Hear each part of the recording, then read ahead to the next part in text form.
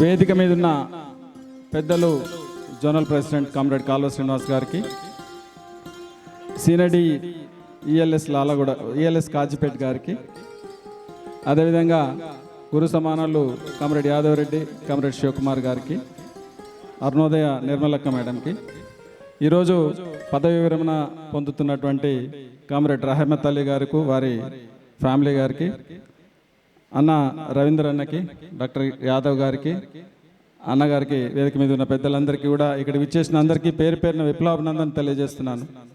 మీ అందరికీ తెలుసు, రహమత్ అలీ గారు నికార్స్ అయినటువంటి ఒక మజ్దూర్ యూనియన్ నాయకునిగా మరి విశేషమైనటువంటి సేవలు అందించి, ఎక్కడ ఏ ప్రాబ్లం ఉన్నా కూడా తక్షణమే స్పందించి ఆ సమస్యకు పరిష్కారం దొరికేదాకా కూడా మరి విశ్రమించినటువంటి ఒక సైనికుల్లాగా పనిచేశారు. మరి ఒక ట్రాక్ మెన్ నుంచి ఈరోజు సీనియర్ టెక్నీషియన్ దాకా అంచెలంచెలుగా రైల్వేలో వివిధ దశల్లో సేవలు అందించి, మరి మజ్దూర్ యూనియన్లో ముఖ్యంగా ఎర్ర జెండా నీడలో 3 దశాబ్దాలు ఆయన మరి విశేషమైనటువంటి సేవలు అందించారు.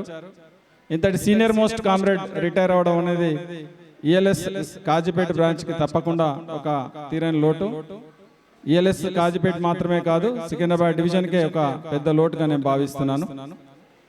వారి భావి జీవితం అంతా కూడా చాలా సంతోషంగా ఉండాలని, రిటైర్మెంట్ తర్వాత కూడా కార్మిక సేవలో ఆయన అంకితంగా ఉండాలని, వారికి వారి కుటుంబ సభ్యులందరికీ కూడా సికింద్రాబాద్ డివిజన్ తరఫున శుభాకాంక్షలు తెలియజేస్తున్నాను.